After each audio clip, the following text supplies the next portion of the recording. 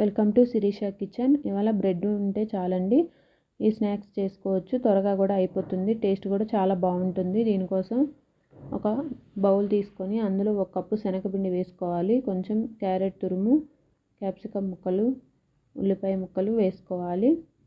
తగినంత ఉప్పు, మిరియాల పొడి, చాట్ మసాలా, పిజ్జా సీజనింగ్ వేసుకోవాలి. మీకు కావాలంటే చిల్లీ ఫ్లేక్స్ కూడా వేసుకోవచ్చు. ఇవన్నీ వేసుకొని పిండిని ఒకసారి బాగా కలుపుకున్న తర్వాత వాటర్ యాడ్ చేసుకుంటూ దోశ బ్యాటర్ లాగా మనం రెడీ చేసుకోవాలి. రెడీ చేసుకున్న దాన్ని 10 నిమిషాలు పక్కన పెట్టుకోవాలి. ఇప్పుడు బ్రెడ్ తీసుకొని హాఫ్గా కట్ చేసి పెట్టుకోవాలి. నేను ఇక్కడ వీట్ బ్రెడ్ వాడుకుంటున్నాను. ఇప్పుడు స్టవ్ మీద పాన్ పెట్టుకొని వేడైన తర్వాత ఆయిల్ అప్లై చేసుకోవాలి. ముందుగా రెడీ చేసుకున్న శనగపిండిలో మనం బ్రెడ్ని డిప్ చేసుకొని పాన్ మీద వేసుకోవాలి.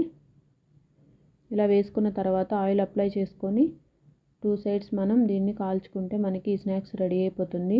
మీరు ఇది పిల్లల లంచ్ బాక్స్లకు కానీ పిల్లలు స్కూల్ నుంచి వచ్చిన తర్వాత కానీ చేస్తే చాలా ఇష్టంగా తింటారు.